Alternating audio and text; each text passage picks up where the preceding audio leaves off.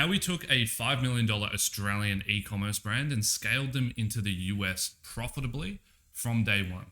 So in this video, we'll quickly touch on the actual results. We'll then go into the scaling fundamentals that allowed us to achieve those results. We'll then touch on the exact Google strategy that we used, the exact Facebook strategy that we used, and then I have a bonus section at the end. Firstly, in regards to the results, and let me minimize myself here, we can see that in month one, in July, we spent $6,000, generated $25,000 in revenue on the back end of the store, resulting in a 4.32 MER. In month two, we doubled this and increased MER accordingly. And then all the way down to month five, we're now spending a little bit under $20,000 a month, generating $110,000 in revenue, which sits us at a 5.8 MER. Now, it's worth noting that the break-even MER for this client is a 2, the target MER is a 4, and a really ideal, incredibly profitable position to be in is a 5. And so we're well above that target MER within the first 5 months, and they're already incredibly profitable. I've also put in a screenshot here of what back-end revenue looks like. Note that that's in USD, and in the previous slide, I converted those numbers into AUD. So let's start off with the 3 scaling fundamentals that were key to the success in scaling this account. Number 1 was focusing on MER. Now, we knew for this brand that they had no other marketing efforts in the US. They weren't doing PR. They were starting a little bit on SEO, but that would take a while to get any traction. They didn't have an existing customer database to send EDMs to, so all of the revenue was from paid media. And so we indexed towards MER rather than in-platform ROAS, knowing that in-platform ROAS wouldn't be a direct representation of the actual results. And we started to see that in the first few weeks. The revenue that was on the back end of Shopify wasn't matching up with Google.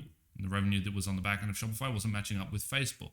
But we were able to make changes over time with budget allocations between campaigns and platforms to understand where the ideal budget split was to allow us to achieve the best marketing efficiency ratio for them. Pillar number 2 was, quite frankly, the client was willing to trust our insights. And this is a huge piece of the puzzle. If the client was willing to trust us in the execution of the marketing and how the messaging and strategy should be adapted and changed accordingly, it makes an enormous difference. And so I can't stress the importance of actually how important it was that the client trusted us in the process. Pillar number 3 was not neglecting the post-click experience and not neglecting conversion rates. Conversion rates are the first metric that are going to be negatively impacted whenever you launch into a new country. So ensuring that you have relevant messaging is critically important. And it's critically important that you carry through any reviews from the AU site to the new build. We noticed that the new build didn't have any of the reviews copied across. There wasn't relevant messaging that had been adapted for the United States. And so we brought those suggestions to them and they made sure to implement them straight away. In regards to Google Ads, pillar number 1, we stuck with manual builds.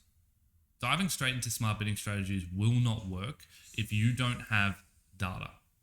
And so we reverted from Performance Max, we reverted from any kind of smart bidding strategy, and we went straight to manual standard shopping builds and manual search builds.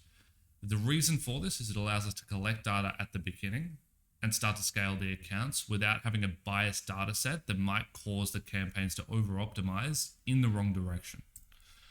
Pillar number 2 was that we focused on high ROI channels. Initial spend was focused predominantly on shopping and retargeting campaigns because we know that this is the highest ROI yielding channel. Now, we know this for them specifically based on the knowledge that we've built within AU for their campaigns, but we also know this just in general. Shopping will always outperform search for e-commerce brands purely because there's so much information provided prior to the click.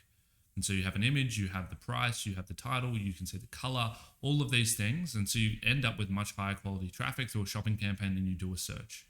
Now, where most agencies fail here is they go, well, let's test both.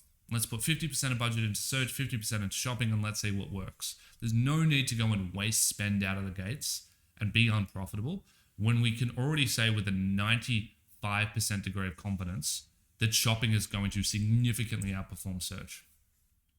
Pillar number 3 on Google was we translated the learnings from AU. So all the learnings at a keyword and a product level were translated into the US builds. So that included keyword targeting, audience targeting, and the structure in those actual builds. And then pillar number 4 was that we understood conversion windows and the cross-channel attribution. And this is a really important, integral part of the strategy that most marketers would miss. The average data conversion for this brand is 14.6 days, which is incredibly long. Attribution lag within Google Ads is generally 7 days from what they report. And so what that means is that we need an exclusion window of 21.6 days when we're looking at data. And this reiterates the absolute importance of us indexing towards MER, as data in the last 21.6 days in Google Ads is not accurate. We cannot trust data in the last 21.6 days as these users haven't converted yet or haven't been attributed into the platform yet. And so with this understanding, we were looking at the data correctly and indexing towards MER and back-end revenue. If we didn't do this, we would have launched into the US, siloed ourselves into the Google Ad platform, seen a 1 ROAS, which is what we were seeing in the first 2 weeks, and just stopped spend or changed strategies or pivoted. But instead, we looked at back-end revenue, saw the back-end revenue was at a 4x on the actual spend in platform, and we immediately had the understanding and the knowledge that what we were doing was actually working. It was just that the average data conversion in Australia was translating into the US market as well. In regards to Meta, pillar number 1, we fixed attribution. So we ensured that there was data integrity. Conversion rates were being reported at 10% plus on the initial campaign build. So we immediately fixed this by moving over to 7-day click attribution and confirmed the data through a third-party pixel as well. Pillar number 2 was that we rolled out our AU-informed testing framework. So we launched our testing campaign, and all of the tests that were structured within there were informed and built based on the Australian results. We discovered MER improving every time that we increased the Facebook budget, and so we began scaling these campaigns, and that's how we started to achieve a lot of efficiency by month 5, and we got that MER up to a 5.8. Pillar number 3, we've reiterated this in scaling fundamentals as well as Google Ads, so I won't touch on this for too long, but we were tracking MER in relation to ROAS so that we could allow us to index towards the true North Star rather than whatever these platforms were telling us.